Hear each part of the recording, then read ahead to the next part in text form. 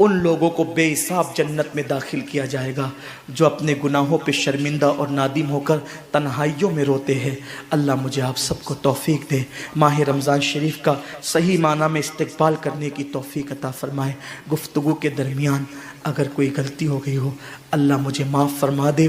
گزارش ہے اعتکاف کریں، جو اعتکاف کرتا ہے اسے 2 حج اور 2 عمرے کا ثواب ملتا ہے، اور ہو سکے تو سنی دعوت اسلامی کے اجتماعی اعتکاف میں شرکت کریں تاکہ دین بھی سیکھ سکیں، اور رمضان شریف کا ایک ایک سیکنڈ ضائع مت ہونے دینا۔